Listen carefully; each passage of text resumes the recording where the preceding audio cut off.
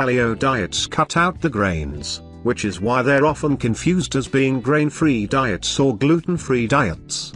Grains represent one of the biggest tiers of that pyramid, with meats forming the tiniest sliver, which means the paleo diet is going against much of what your brain has been pummeled with since you were a kid. 2. Fast food. Nothing that comes out of a fast food restaurant would be considered paleo, and would actually be considered the opposite of paleo for how much engineering goes into every morsel they create. For paleo followers, these slingers of burgers and fries are to be avoided entirely. 3. Junk food.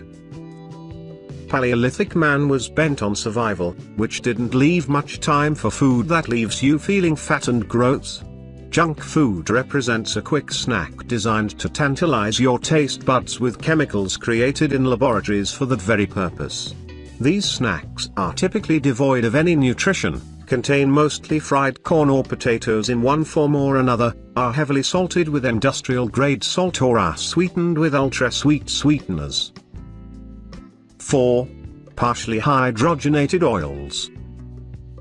Early man just didn't have the capacity or the resources to try and figure out how to make oil sit on the shelf for months without spoiling. But today's major food corporations needed a way to do just that, and invented partially hydrogenated oils to extend the shelf life of foods. This has led to many commonly available foods having trans fat in them. In response to public outcry on how unhealthy trans fats are, these companies have been forced to come up with new ways to either hide the trans fat or newly created oils that don't have trans fat, but are likely just as bad for the body and soul. 5. Sodas. It's easy to understand the beverage of choice for early man, pure water. Often written off as empty carbs, they often contain caffeine, which is not a natural substance for humans, and not a chemical that is consumed while following a paleo way of life. Sodas are often linked to conditions like diabetes, high blood pressure, obesity, heart disease, and even cancer. 6. Dairy. Because it comes from animals, dairy seems like it would be on the approved list, but it isn't, at least if you want to be strictly paleo. This is one item that causes some disagreement, but there's simply no way that early man was in the habit of drinking milk, or in a position to make dairy products like cheese and yogurt.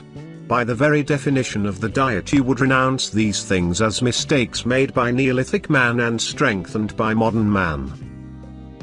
7. Artificial ingredients. Many of the artificial ingredients commonly found in foods eaten daily by the majority of Americans were created in the last 100 years, some even more recently.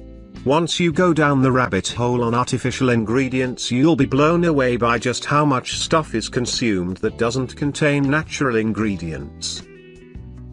8. Processed foods. How much a food has been processed is sometimes a blurry line.